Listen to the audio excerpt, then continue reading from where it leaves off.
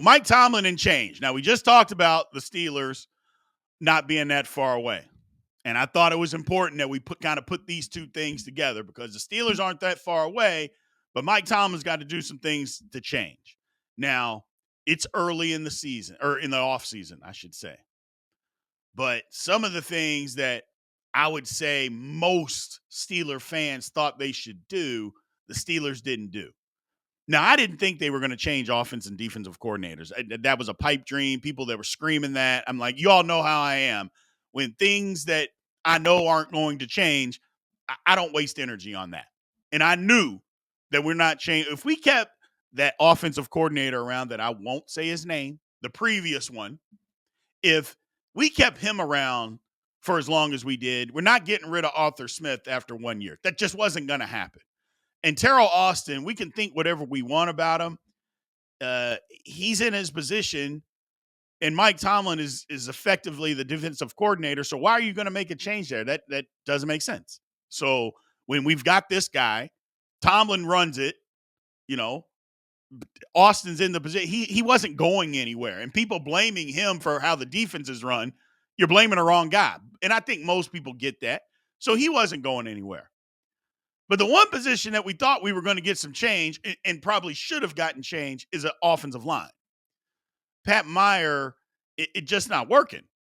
It's just not working. There's no development. For instance, Broderick Jones should have been better from last year to this year. He had a decent rookie year. There were some struggles in pass protection, but it wasn't anything like it was this year. And that's when I say people – and I used to get into it and argue with you guys because they would say, well, he's playing right tackle. He's not used to it. I'm like, hold on a second. He played right tackle all last year. Like, he got into the game. He didn't play left tackle at all his rookie year. He played right tackle. And he was just miles better than what he was in his sophomore year. So the excuse that we gave him, oh, well, he's really a left tackle. Well, nobody had that excuse last year. Nobody even brought it up. And the only thing people brought up was, man, he's a left tackle. You know how good and athletic he is that he can play both. That's what people said. Imagine how good he'll be at left tackle, thinking how good he is at right tackle. Well, he's at right. We didn't say, oh, man, he's going to regress his second year at right tackle. And people even questioning now, should he even be on the team? That's where we're at. And Pat Meyer has to be a coach that's got to be able – if you can't get the best out of your players, then that's on you. It's one thing if the players can't play, if they're not talented, if they just don't have it. I believe Broderick does. He needs to be challenged. Now, maybe he needs to be challenged in the face of competition. Maybe that's one thing that he needs, somebody to actually push him for a job. I don't know. But the coaching aspect, we didn't make the change there that I thought was necessary. And changing the secondary coach, I'm sorry. That's not the change. That's not a significant enough change. Now, did it need to happen? Maybe. Okay, maybe. It kind of seems scapegoatish, I should say. But did it need to happen? Okay, fine. We made that change. And maybe we're going to change some more philosophy. Haven't seen it. Maybe it's coming. Philosophy on who we draft, how we run the organization, things that we do. Again, it's early, so we don't know. And maybe they are going to lean into it. But lean into it, they need to. No more of, well, we're going to change. And I'd imagine there's going to be some things that change around here on a lot of levels. Well, okay, great, Mike Tomlin. If there's going to be, let's see it. And right now, a place that we thought that was a place that you could make change, you didn't. So let's get to the next bar. And that's basically going to be in free agency. Are we going to throw some money at some players and spend it on offense? Are you going to do that? So, again, and that'll be here before we know it, people.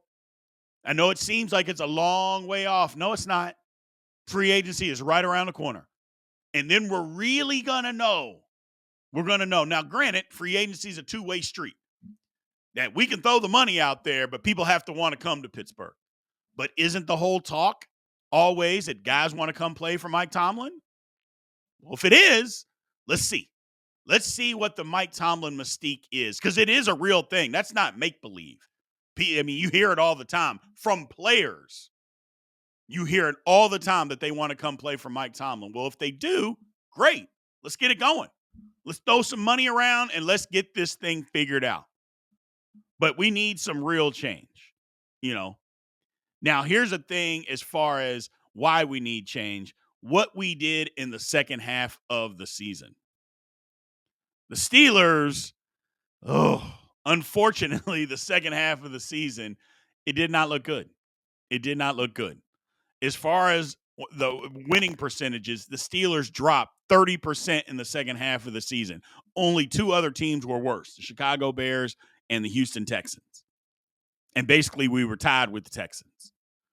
So now there's a reason for that. Obviously, the Steelers' schedule was so much more difficult in the second half of the season than it was in the first half.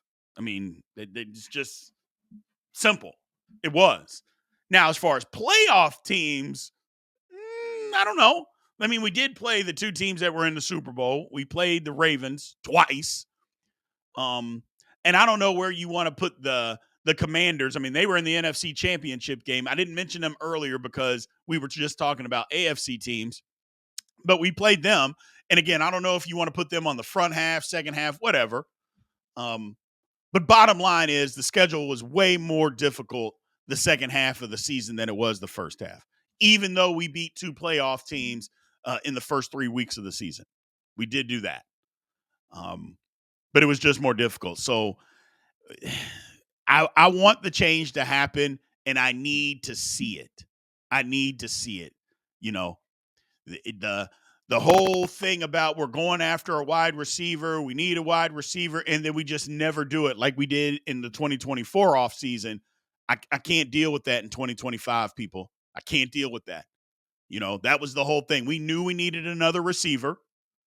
Everybody knew it. And we got teased by Brandon Ayuk. I was on it from day one telling you guys that he was never coming here. He didn't, but we never addressed it. That can't be the case this year. That can't be the case. We have to address that need significantly in the offseason and other places too. I'm just bringing up wide receivers. So change is coming. Hopefully change is coming, but we need to start seeing it. The talk about change, I'm done with the talk. I need the action. Let's get to the poll. Yeah, we need some action. We need some action, man. So poll question 3, what change would be the most beneficial for the Steelers this season? A new coach. Well, that ain't going to happen. B, new coordinators. Not happening. C, new quarterback. Or D, getting younger. And getting rid of some old players and getting rid of maybe bigger contracts, trading guys out. You know, I don't know if you necessarily want to say tanking, but just saying, hey, we need to get younger at a lot of different places. So that's interesting. Now, a lot of you obviously are going to say we need a new head coach and a new coordinators. I get it.